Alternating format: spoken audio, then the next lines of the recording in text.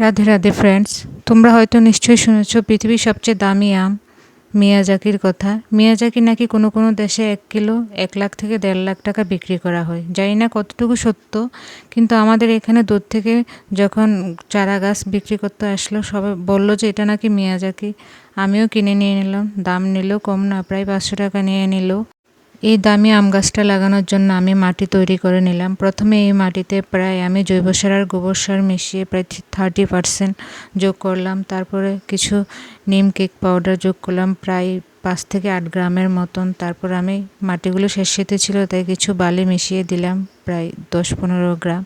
তারপরে এগুলোকে ভালো করে মিক্সড করে আমি একটা সবুজ বালতি নিলাম। ওই বালতিটা একে একে ভর্তি করতে লাগলাম। বালতি ভর্তি করতে লাগলাম। ঠিক এমন সময় এমনটা হলো যে আমাকে কাজটা ছেড়ে নিচে নেমে যেতে হলো, কারণ হঠাৎ করে বৃষ্টি চলে আসলো আর আমি তাড়াতাড়ি করে মাটিগুলো ঢেকে চলে গেলাম।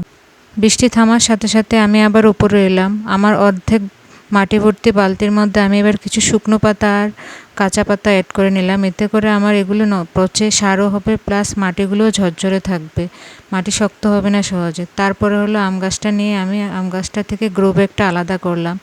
এই গ্রো ব্যাগটা আলাদা করতে বেশি একটা অসুবিধা হয়নি। শিকড় গ্রো ব্যাগ ক্রস করে গিয়েছে, তারপরও খুলতে পারলাম অতি সহজেই।